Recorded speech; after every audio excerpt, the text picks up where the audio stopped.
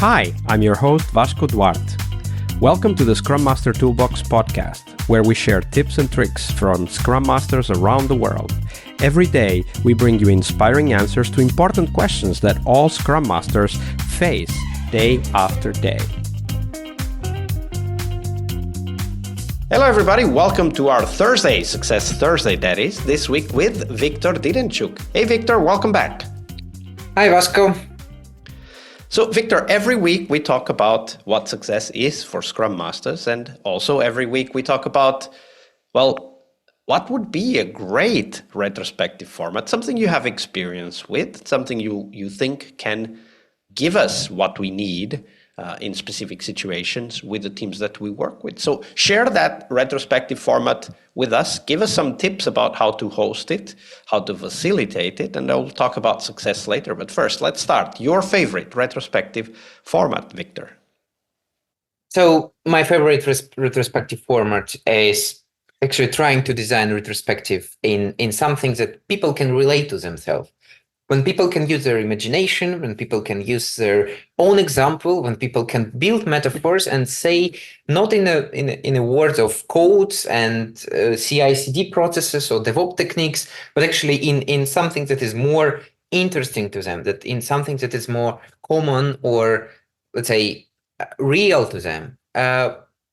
You know your people, right? When you start retrospective, you know, what are these people? What are they doing? What are they interested in? What are the big events in their life or big events in their environment that can be used? So I always try to build retrospectives around something that happened at the moment.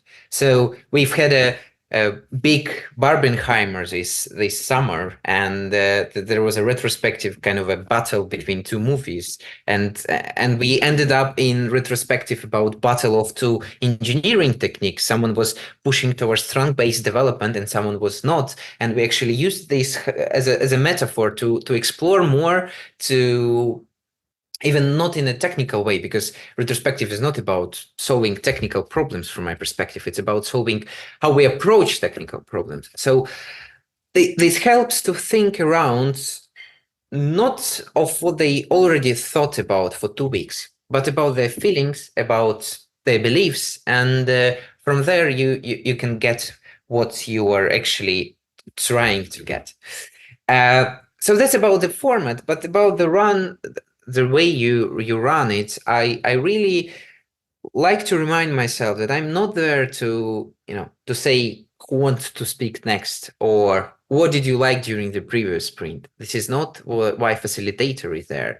This is more about the coaching of people. You're there to observe.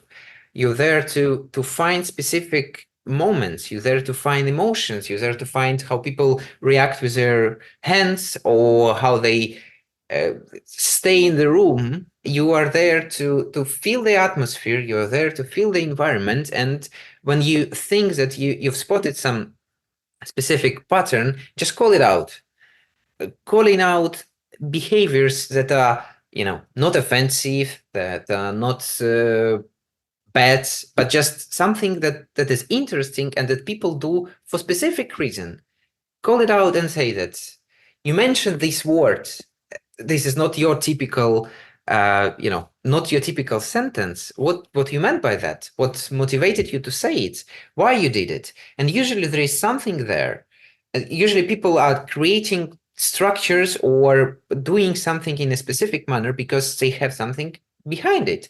And what I like about creating retrospective around some specific event or something specific not related to work is that it helps you to create these metaphors. It helps you to put people in an environment where they're not every day, so you can see how they react to something unrelated, and via these reactions you can try to get something interesting that can help to spark your conversation and make it interesting and more insightful. Yeah, finding these triggers for conversation, I think, is a great point that you're making, and metaphor can definitely be one of those, and as so can be observing how people are reacting.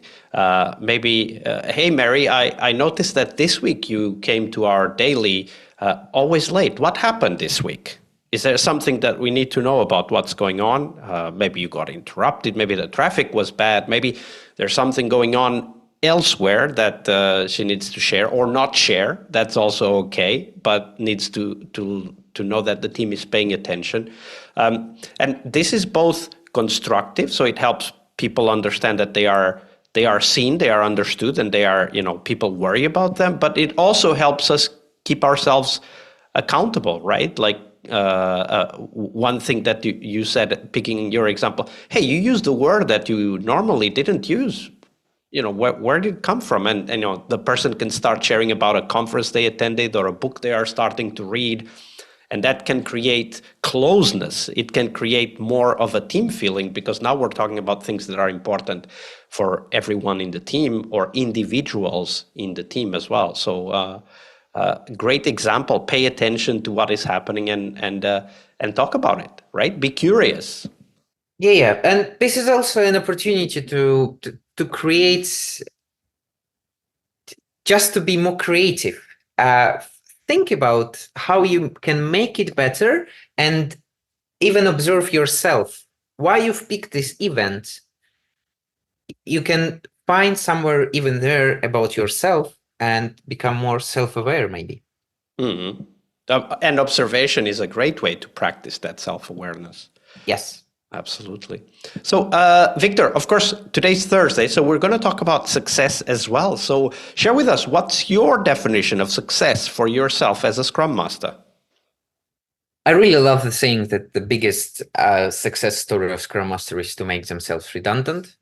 So I highly believe that the best team is the one without Scrum Master, who is just doing everything they do with Scrum Master, but just sharing this responsibility across and trying to substitute this role by just picking bits of Scrum Master role and using all their knowledge to make this conversation even better, to facilitate even more effective, etc.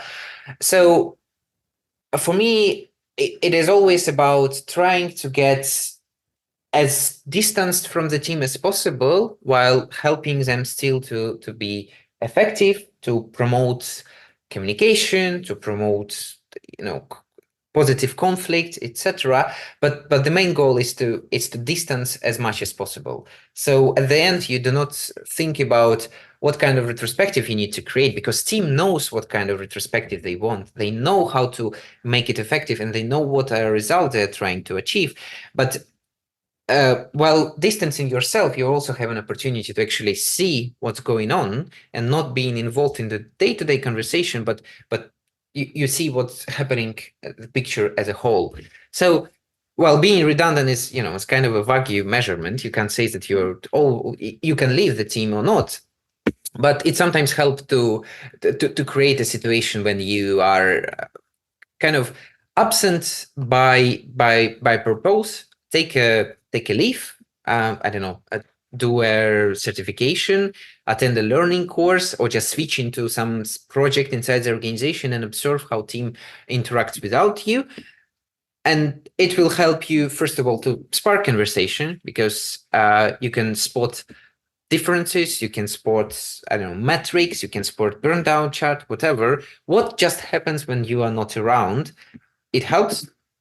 But of course, the biggest success is feedback. I'm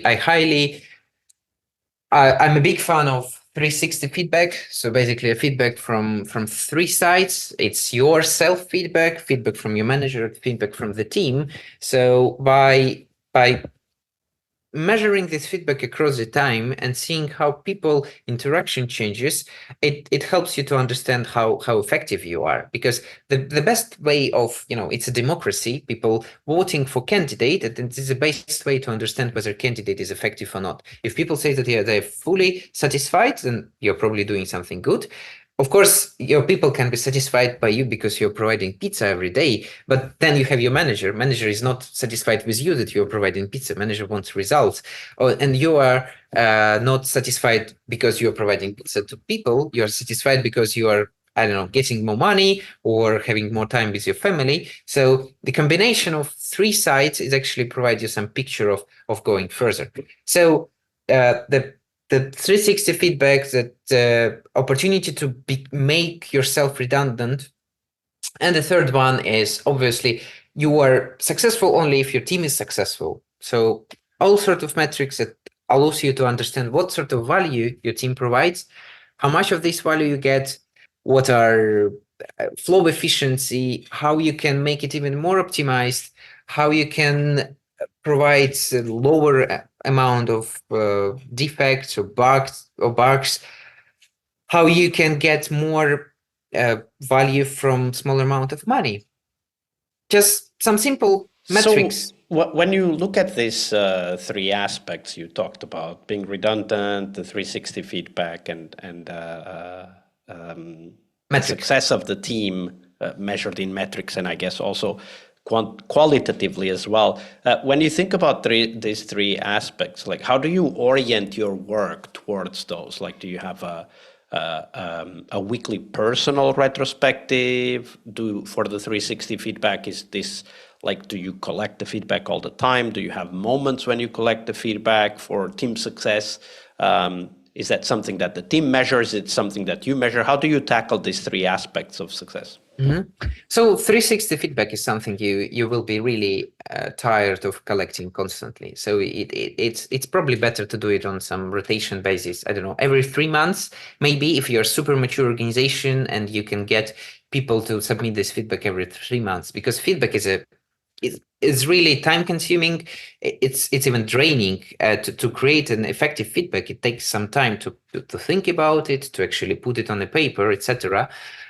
So 360 feedback, it's usually 6 months. I'm trying to get as much feedback as possible every 6 months. If you're talking about getting yourself redundant, it's probably daily reflections. So I really like to, not really like, just I'm doing daily journal. And I just sit every evening and try to understand what was there during the day. And of course, like 5 days a week, at least I have some work to do. And I think, like, did I do something which is new today? Or did I do something that I probably should not be doing? And if I spot that I, for example, created 5 Jira tickets today, I obviously can ask myself why I am creating them. Probably this is something wrong. Of course, there are situations you just create tickets to be faster or whatever. Or you're helping the team, exactly, yeah. You can find an excuse for yourself, but ideally you always need to think that maybe there is a better way. And maybe there is, like, you don't need this Jira ticket, or you can delegate it to somewhere. So yeah, daily reflections definitely helps with being redundant. And metrics, this is something that should be in your routine. So for me, it's in my current team, when we do Scrum of Scrums across the teams, we basically running through metrics of all the teams, like quick 5 minutes metrics checkup. And when it's in a routine, and it's not only you who are reviewing these metrics, others can also spot some deviations in what you're doing. So yeah, and actually, I now understand that all three are actually routine based. So feedback is collected on every 6 months. If you're talking about metrics, it's every day. And the third thing is also done every day, which is kind of a good insight we've had in this conversation. Absolutely. And I think that's a great point. We need to create our own success routine if we want to be successful. Thank you for sharing that, Viktor. Part of a successful Scrum Master job is to help the product owner. Tomorrow we explore that critical role in Scrum, the product owner role.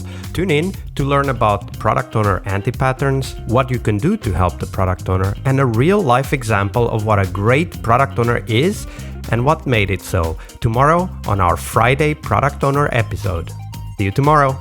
We really hope you liked our show. And if you did, why not rate this podcast on Stitcher or iTunes? Share this podcast and let other Scrum Masters know about this valuable resource for their work. Remember that sharing is caring.